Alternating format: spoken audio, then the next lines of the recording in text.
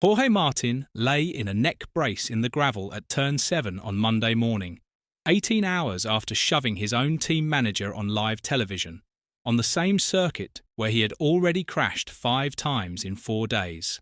The official line is that this was a separate event, a bad weekend, then a routine testing crash. No fractures, hospital checks, see you in Mugello. That is the version Aprilia want you to accept. It is also the version that requires you to ignore everything Jorge Martin has done at the Circuit de Barcelona Catalunya since Friday morning, because the shove was not the bottom of this story. The shove was the middle of it. So why did Aprilia put him on a bike on Monday?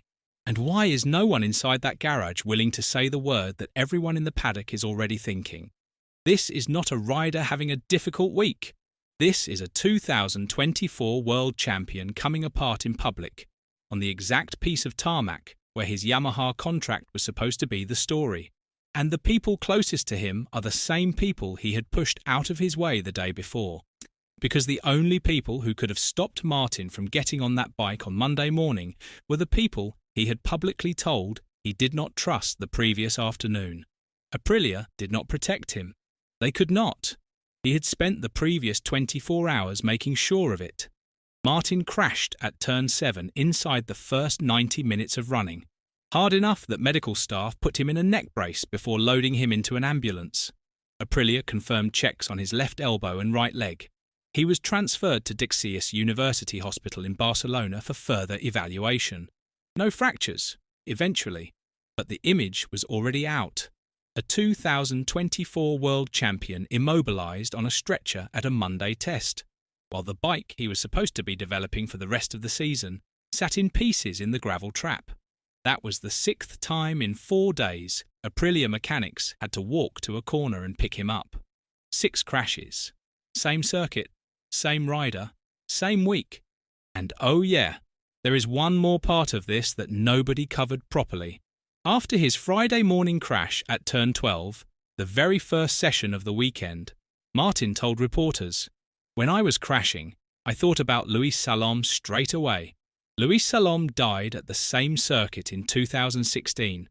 Martin said that out loud, on the record, on Friday, after the first of 6 crashes. He still rode the sprint. He still rode the Grand Prix.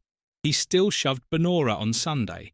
And he still got on the bike on Monday morning at the same circuit, where on Friday he had been thinking about a rider who never went home from it." Once you know Martin was thinking about Salom on Friday, the Monday test is not a separate event. It is the predictable end of a sequence that should have been stopped on Sunday night at the latest. Aprilia had every reason to sit him down. They had a rider who had already declared the circuit unsafe, suffered a concussion on Friday, crashed 5 times across the weekend, and then physically pushed his own team manager out of the garage on Sunday. And on Monday morning, with the rider himself having said out loud that he was thinking about a fatality, they put him on the bike anyway. There is a word for that decision. Aprilia will not use it, but every other manufacturer in pit lane is using it. Now look at what is happening to the rider himself underneath all of this. Martin only raced 7 rounds of the 2025 season because of injuries. He missed the first 2026 pre-season test at Sepang in February after December surgery on pre-existing damage. His comeback narrative was the Le Mans double a week ago, which is precisely why this matters. The Le Mans win was supposed to be the proof that Martin was finally whole again. 6 crashes later, at the next race, that proof has evaporated. The rider Yamaha just signed for 2027 has not put together a clean year of riding since the day he became world champion. And now he has added a documented public meltdown to the file. This is where the championship narrative gets uncomfortable.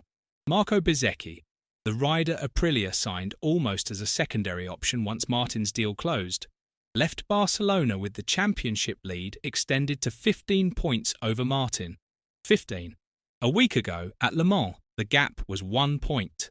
The teammate who did not shove anyone, who did not crash 6 times, who did not get put in a neck brace on Monday morning, is now the clearly preferred Aprilia rider, leading the championship and the one staying past 2026. Bezzecchi did not need to outperform Martin. Martin outperformed himself. And there is one more layer to this nobody is sitting with. The week before Catalunya, Aprilia CEO Massimo Rivola was asked on the record whether Martin could be convinced to stay past 2026. His answer: "Jorge made his choice a long time ago, and I don't blame him for that." That quote came out before the shove, before the 6 crashes, before the neck brace. The man running the project had already publicly accepted Martin was leaving. So when Aprilia put him on a bike on Monday, they were not protecting an asset they were trying to keep. They were managing a rider they had already lost. That changes how every decision in that garage on Sunday and Monday should be read. Aprilia were not going to fight him. They were going to let the season finish itself. And the rider, who actually caused the Sunday crash, pinned the blame back on Martin afterwards. Raul Fernandez, Trackhouse, customer team, satellite Aprilia, said it cleanly.